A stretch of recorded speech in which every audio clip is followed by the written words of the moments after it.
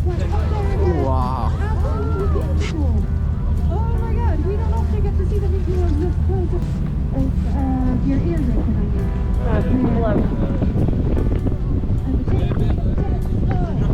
Wow. I think you can actually see there was originally a bit of animal weather that was really easy. Because they like to be built really often.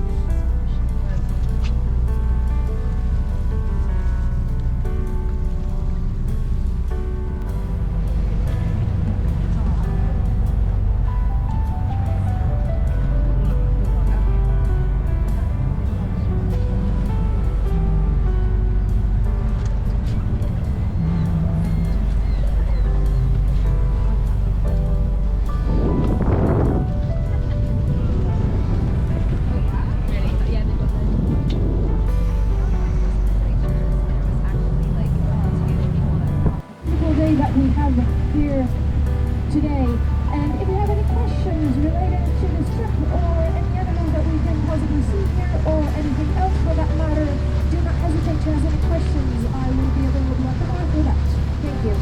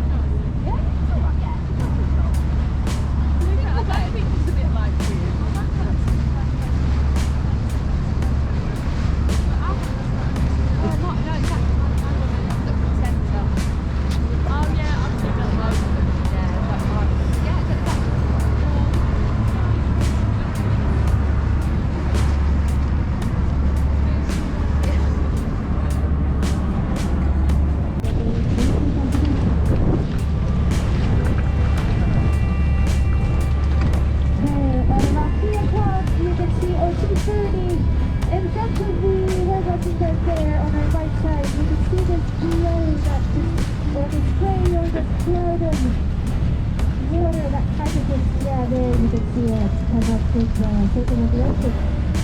this is the part of the whale, and now you can see how well we can use these ones to then try and spot the whale, especially with this kind of weather that's really easy.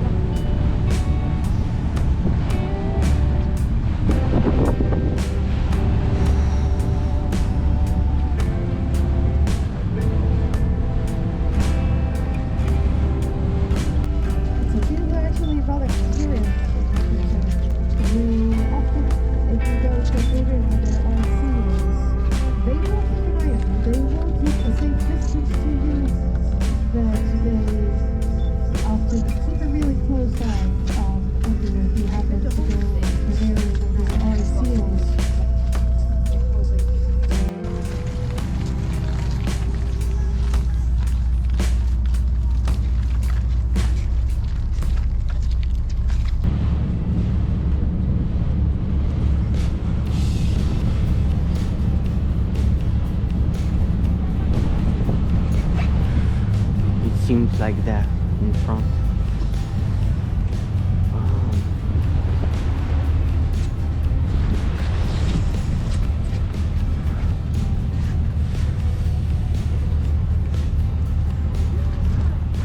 Ah, look! Wow! Right there at 2 o'clock, 1 o'clock, 1:30. There, you can also now see there's this flattened out surface created at the surface of the water.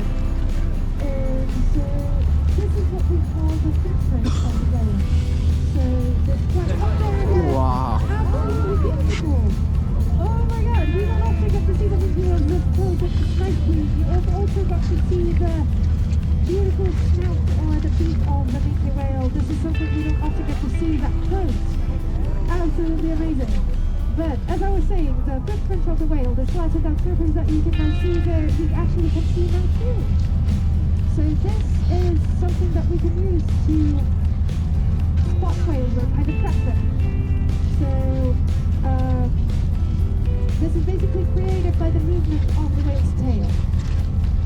And this happens when the whale is either surfacing and diving, or if the whale is swimming really close to the surface. This is when we get to this kind of picture, and as you can see, it stays on the surface of the water very long. So we can actually use these to track the whales sometimes, especially if they swim really close to the surface, but don't really break the surface of the water, so then we can actually follow them when they're swimming under the water, which makes it rather cool. Especially on a hot day like this, you can just see how long these patterns are there on the surface of the water. I think you can actually see there was originally... Oh, Wow! right there at 4 o'clock. 4 o'clock, those Minke whales seem to be swimming around the coast.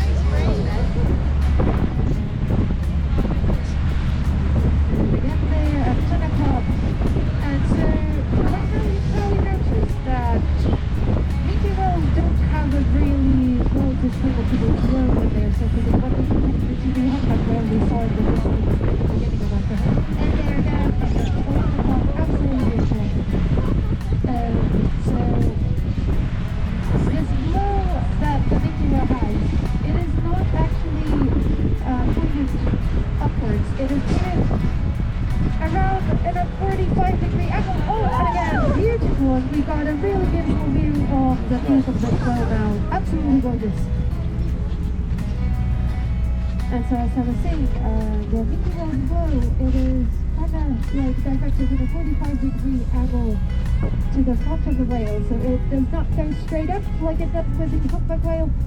And this is why we often don't get to see the blow as easily as we see it with the humpback whales. And especially if it gets windy at all or anything like that, the Minke whale's blow is often taken by the wind. This makes it sometimes rather challenging to spot them into whales, especially since they can be really fast and they like to move boats very often.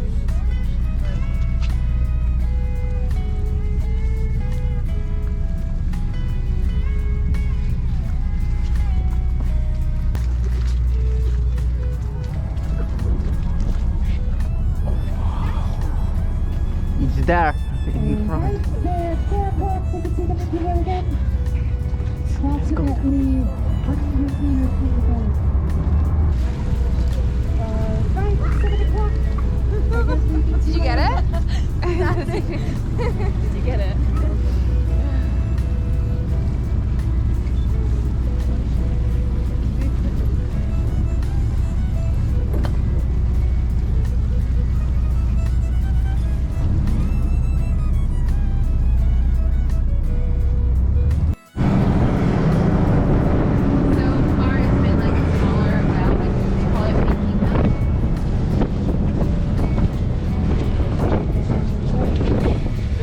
that is my little humpback whale.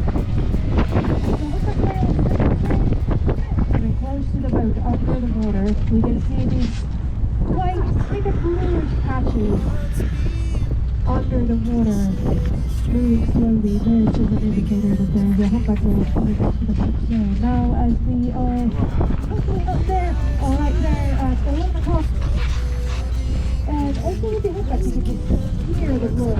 So I also want you to use your eyes of your ears of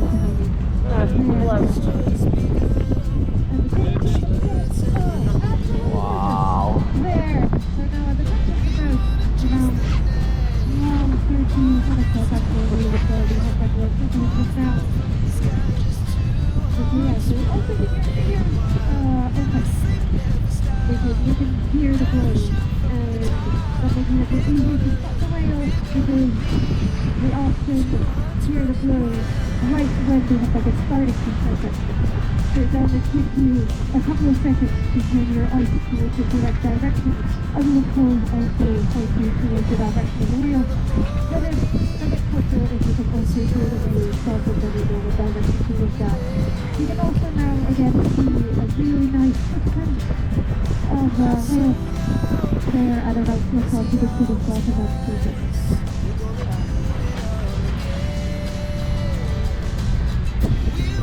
Yeah, humpback whales they are off to the which is good. So I think it's humpback whale would be interested in being in a bit of a closer contact that we do not want to cause the animals to do anything against their own will. So we're going to get close to the whale, but we'll also do this first portion of the thing.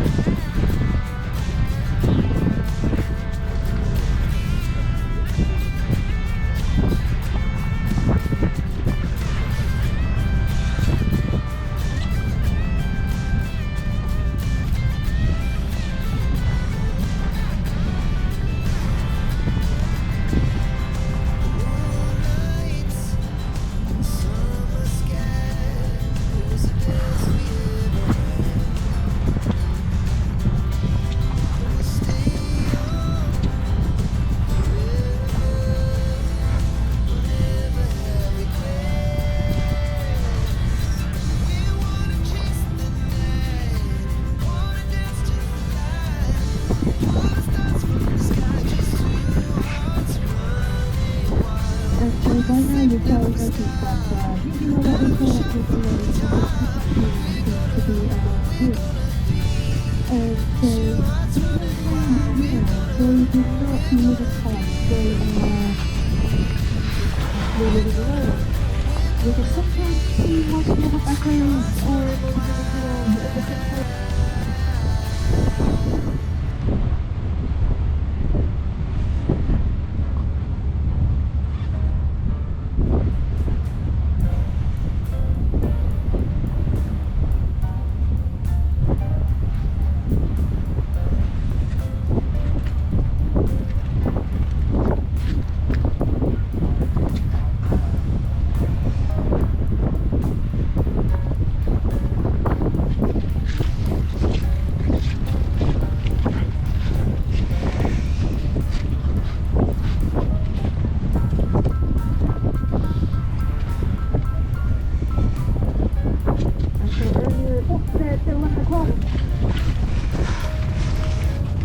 Earlier I was talking about how they Oh, wow. That was the pectoral fin that I was mentioning earlier. Pectoral fin, so the fins that can grow up to 3 meters long. So you can see both the pectoral fin, the right pectoral fin of this whale, and also the tail coming out of the water. This is actually rather unique that we get to see the pectoral fins out of the water. We do not get to see it often. But today is a lucky day for us. And look at the tail. Yes, absolutely gorgeous. And so now you also probably saw the black and white pattern that was on the underside of this tail. And we can use this among many other things to to identify whale individuals. So humpback whale has the unique black and white pattern on the underside of the tail, and we can easily use this as an identifier that will tell the whales apart from each other. This is not the only thing we use though to identify individuals. We can also use the black and white pattern on the pectoral fins. Like we saw the pectoral fin coming out of the water, you saw that it had those black and white pattern. So we can also use this to identify individuals. And of course, if there are any scars or any specific markings on the whale's back, for example, we can use all of those to identify individuals as well. Or if there are any dents on the pectoral fins or in the tail or even on the dorsal fin, we can use all of these to identify individuals. And now, if you gotta get a picture of the tail of this whale, I got a tip for you. If you want to know who exactly this whale was, there's a website for that. It is called happywhale.com, and you can actually upload pictures of this whale's tail to the website, and they will identify the individual for you. This is also helpful because it helps scientists to kind of keep track of each of the individual whales. So it is actually helping science too if you upload those pictures there. And you can go also as far as to just leave your email address there, and they will then update you when the